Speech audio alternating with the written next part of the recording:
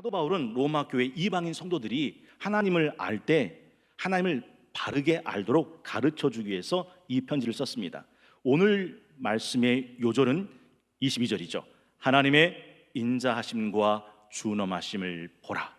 놀랍게도 이 하나님의 인자하심과 준엄하심을 보라라는 이 짧은 요절의 핵심 키워드는 인자하심도 아니고 준엄하심도 아닙니다. 그렇다고 하나님도 아니고 보라도 아닙니다. 뭘까요? 남은 건 인자하심과 준엄하심 할 때 인자하심과 준엄하심을 연결시켜주는 접속사 and입니다. 이게 핵심 키워드죠. 제가 일부 때 그런 말씀 드렸어요. 신앙 습관 중에서 건강을 위협하는 습관이 하나 있다면 그건 단연코 편식입니다. 편식이 뭐죠? 내가 먹고 싶은 것만 먹는 것이 편식입니다. 신앙생활도 역시 마찬가지예요. 열심히 하는 것 같지만 신앙생활에 건강을 위협하는 습관인데 하나님을 향한 편식입니다. 성경은 너를 위하여 우상과 형상을 만들고 절하고 섬기지 마라. 우상 숭배 금지하죠. 이건 금, 은, 동, 주물로 빚어서 눈으로 보이는, 손으로 만지는 형상을 만들지 말라라는 말이기도 하지만 내 마음으로, 내 생각으로, 내 기호로, 내 호불호로, 네 취향으로 하나님은 이런 분이야 라고 하나님 상 만들지 말라라는 의미도 됩니다. 분명 하나님은 인자하신 분이며 또한 준엄하신 분이고 하나님은 준엄하신 분이며 또한 인자하신 분입니다.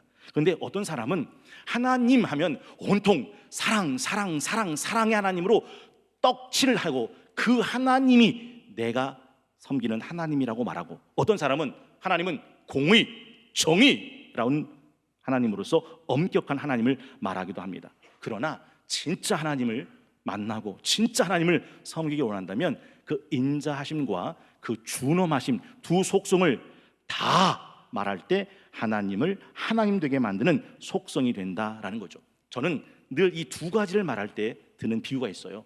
점퍼, 잠바의 지퍼입니다. 가방의 지퍼. 여러분, 지퍼라고 하는 것은 한쪽 갖고는 올라가지 않잖아요. 이 한쪽과 이 한쪽이 지퍼에, 제가 고상하게 쓰려고 자꾸 지퍼라고 했으니까 잘 안 다가와요. 저는 자꾸로 올려야 쭉 하나가 된다라는 거죠. 성경적인 참 하나님 알려지려면 이 두 속성이 함께 인정돼야 합니다. 제가 일부 때 이런 말씀으로 시작했어요. 구약에 보면 야곱이라는 사람이 밧단 아람 외삼촌 라반 집에 가서 두 딸을 만나게 되는데 한눈에 반한 여인이 하나 있었어요. 그의 이름이 라헬이에요. 동생인데 너무너무 이쁜 거예요. 이뻐도 막 이쁜 거예요. 남자는 이쁜 여자 정신 못 차립니다. 그래서 그 라헬과 결혼하기 위해서 7년 동안 무상으로 일을 했습니다. 그리고 7년을 다 채우고 난 어느 날 드디어 결혼식을 한 겁니다. 드디어 아기다리 고기다리던 첫날 밤이 된 겁니다. 그렇게 놀랍게 첫날 밤을 치르고 아침에 깨어보니 이게 웬일입니까? 라헬이 아니라 그 언니 레아였다는 거예요. 여러분, 이게 가능합니까? 하룻밤 함께 동침한 여자가 레아인지 라헬인지 분간이 안 갈 정도입니까? 도대체 이게 어떻게 가능할까? 그런데 더 충격적인 게 있습니다. 평생 내가 믿고 고백하고 섬겼던 그 하나님이 정작 성경에서 계시된 여호와 하나님이 아닐 수 있다는 사실입니다. 패커 목사님 말합니다. 오늘날 크리스찬들은 하나님을 믿는다고 말은 하는데 자기가 믿는 하나님이 어떤 분인지도 모르고 그 믿는 것이 삶에 어떤 차이를 만들어내는지도 모른 채 신앙생활을 하고 있다라는 거죠. 그러면 왜 이런 왜곡된 하나님의 상을 갖게 되었던 것일까? 패커 목사님은 네 가지를 이야기하는데, 첫 번째가 하나님을 성경으로부터 배우지 아니하고 자기 자신의 종교적인 직감을 따라 습관에 빠졌기 때문이다라는 거죠. 어려운 말 아니에요. 하나님을 알려면 성경이 하나님에 대해서 뭐라고 말씀하시는지, 하나님의 성품에 대해서, 하나님의 말씀에 대해서 뭐라고 말씀하시는지 성경을 통해 배워야 되는데, 우리 이런 거 있잖아요. 하나님, 신, 뭐 대충 그런 거 아니겠어? 그러고 근거도 없는 촉을 가지고 하나님은 이런 분일 거지, 신은 이런 분일 거지 라고 하는 이것 때문에 하나님의 왜곡된 상을 갖는다라는 거죠. 두 번째는요, 모든 종교는 결국 같다는 생각 때문에 이 종교 저 종교 아무 데서나 가지고 온 생각으로 하나님에 대한 개념을 도출했기 때문이다라는 거죠. 어려운 말 아닙니다. 우리가 하나님, 신을 어떻게 생각하냐면 옛날에 전설의 고향 같은 때 옥황상제님, 그런 식의 하나님, 그리고 그리스 로마 신화에 그런 식의 신을 생각하니까 성경이 아니라 그런 이종교 저종교 그런 여러 종교에서 가지고 온 하나님의 상을 가지고 도출하다 보니까 왜곡된 신상이 나온다라는 거죠. 세 번째는 사람들이 자기 죄성을 더 이상 인정하지 않은 채 하나님을 생각하기 때문이다라고 되어 있습니다. 이게 무슨 말이냐면, 여러분, 제임스 패거 목사님이 15장에 하나님의 진노편에서 이런 말씀하셨어요. 오늘날 교회에서는 하나님의 사랑은 신나게 중얼거리는데, 그렇죠, 하나님은 사랑입니다, 하나님은 은혜의 하나님이십니다, 하나님은 용서의 하나님이십니다, 얼마든지 신나게 중얼거리는데 정작 하나님의 심판하고 진노에 대해서는 말하지 않는다는 거죠. 그럼 왜 그럴까? 거긴 이유가 있다는 거예요.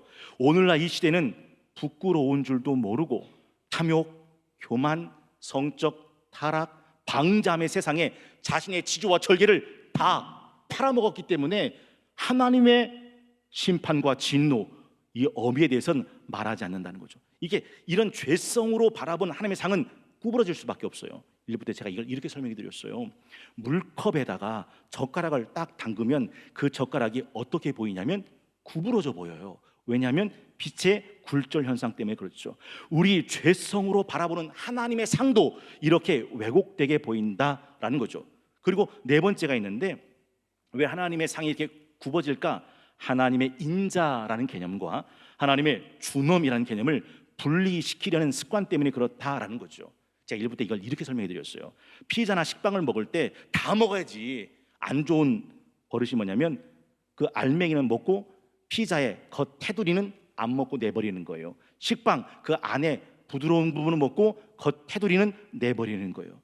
많은 사람들이 구약의 하나님은 전쟁, 심판, 진노, 형벌을 주신 무서운 하나님, 신약의 하나님은 은혜, 사랑, 용서, 축복, 구원하시는 자애로우신 하나님이라고 구약의 하나님과 신약의 하나님을 따로 떼어 마치 다른 하나님인 것처럼 생각하는 것이 잘못이다라는 거죠. 그래서 하나님의 인자심은 좋습니다, 예스 하고 취하고, 하나님의 준엄하심에 대해서는 마치 그건 하나님이 아닌 것처럼 내버린다라는 거죠. 이런 식으로 신앙생활을 하고 이런 식으로 하나님을 믿으면 결국 그 믿음은 그릇된 믿음이 될 뿐이다라는 사실이죠.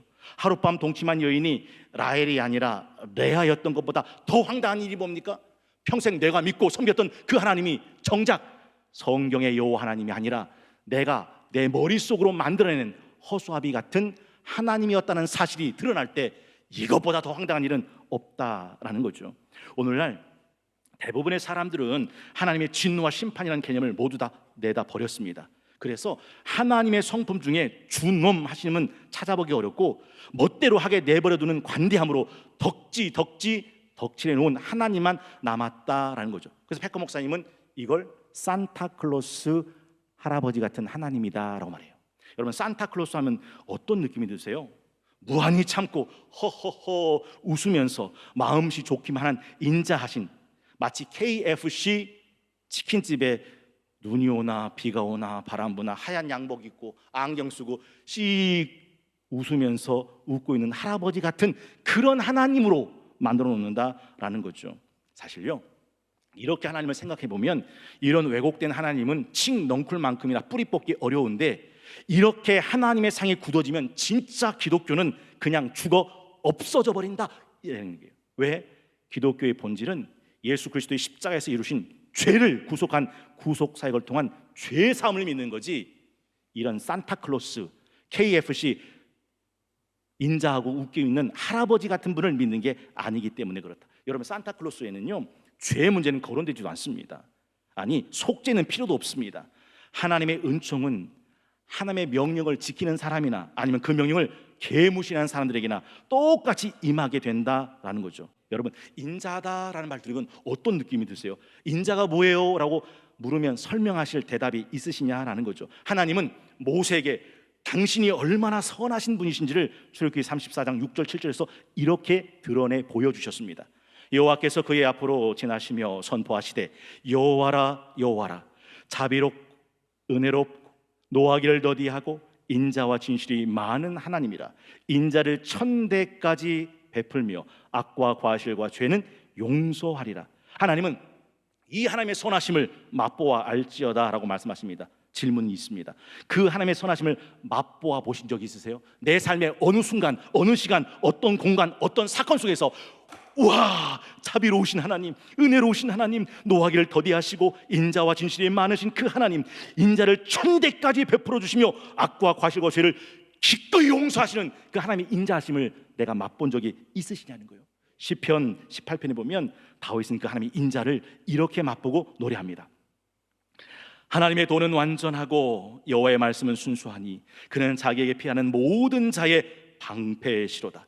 여호와 외에 누가 하나님이며 우리 하나님 외에 누가 반석이냐. 이 하나님이 힘으로 내게 띠띠우시며 내 길을 완전하게 하시며 나의 발을 암사슴 발같게 하시며 나를 나의 높은 곳에 세우시며 내 손을 가르쳐 싸우게 하시니 내 팔이 놋 활을 당기도다. 또 주께서 주의 구원한 방패를 내게 주시며 주의 오른손이 나를 붙들고 주의 온유함이 나를 크게 하셨나이다. 내 걸음 넓게 하셨고 나를 실족하지 않게 하셨나이다. 다윗은 자기 인생 가운데 찾아오신 하나님의 그 인자하심을 이렇게 노래하고 찬송하고 기록했다라는 거죠. 사실 하나님의 인자, 하나님의 선하심은 이렇게 정리돼요. 하나님이 갖고 계신 모든 탁월하고 영광스러운 성품의 총합입니다. 그렇습니다. 그분의 사랑, 그분의 은혜, 그분의 오래 참아주심, 그분의 자비, 그분의 신실하심, 그분의 용서와 구원의 모든 것을 총칭해서 하나님의 선하심이라고 정의한다라는 거죠. 오늘 본문은 로마 교회 이방인 교인들에게 말하는 거죠. 이방인은 돌감나무였습니다.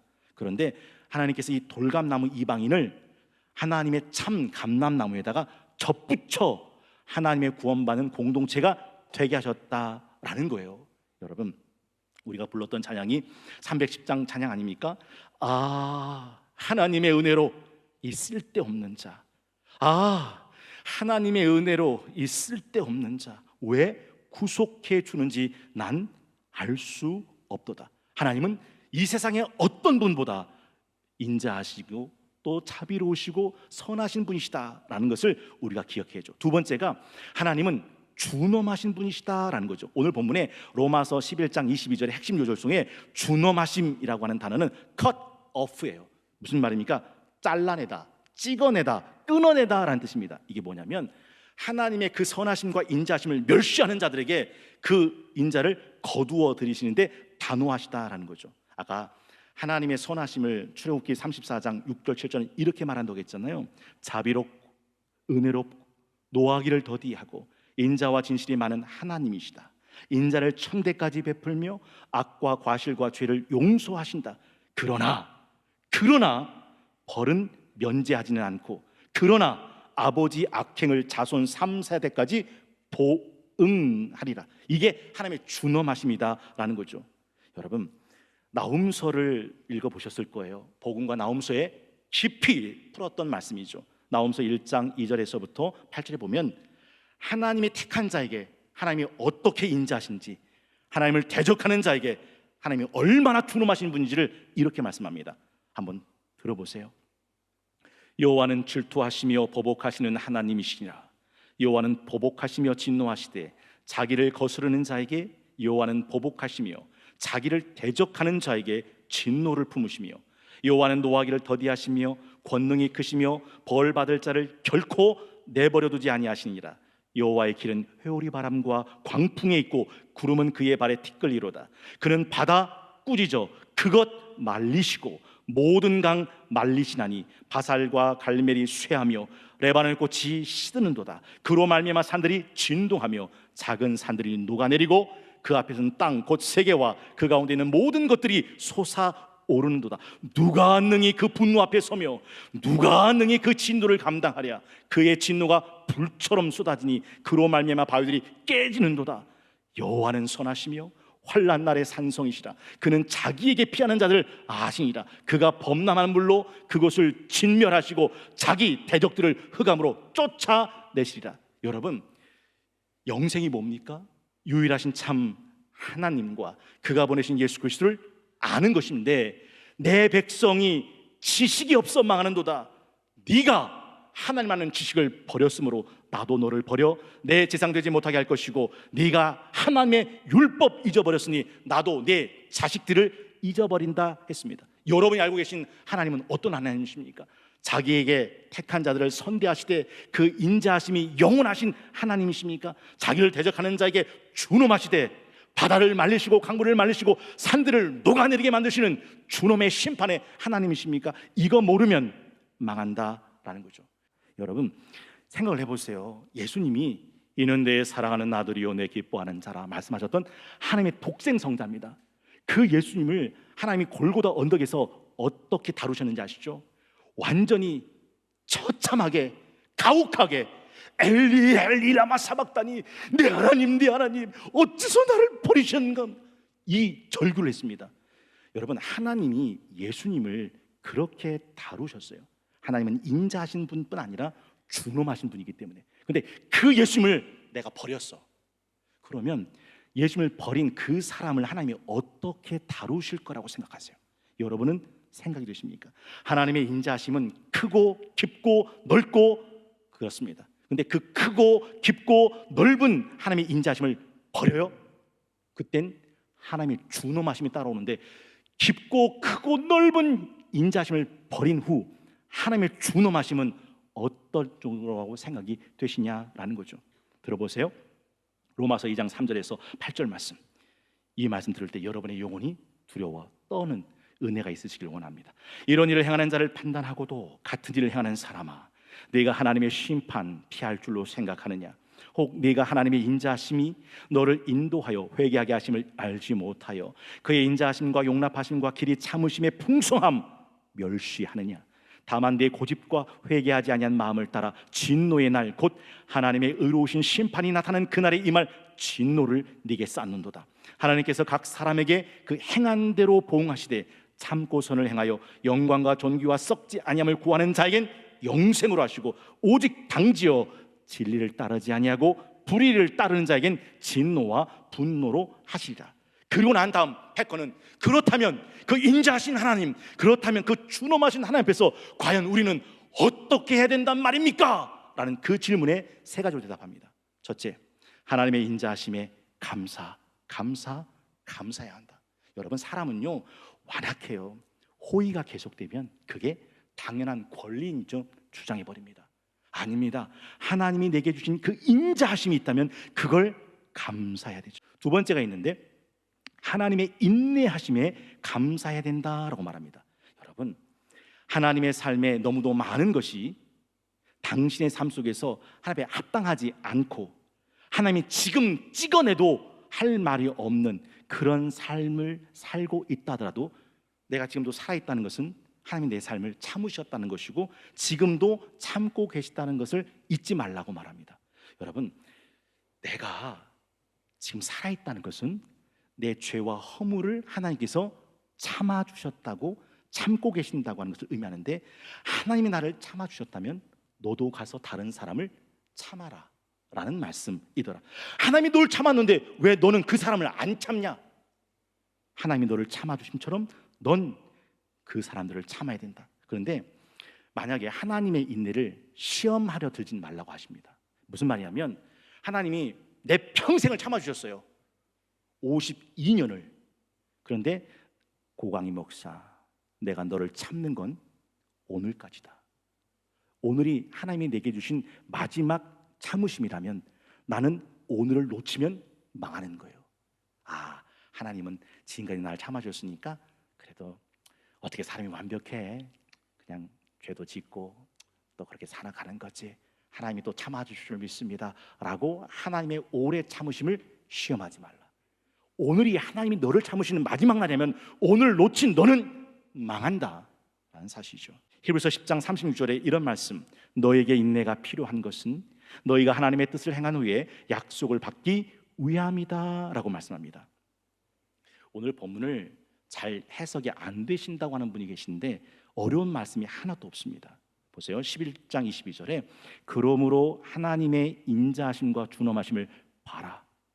넘어지는 자들에겐 준엄하심이 있으니 너희가 만일 하나님의 인자하심에 뭐해 있으면 머물러 있으면 그 인자가 너희에게 있으리라.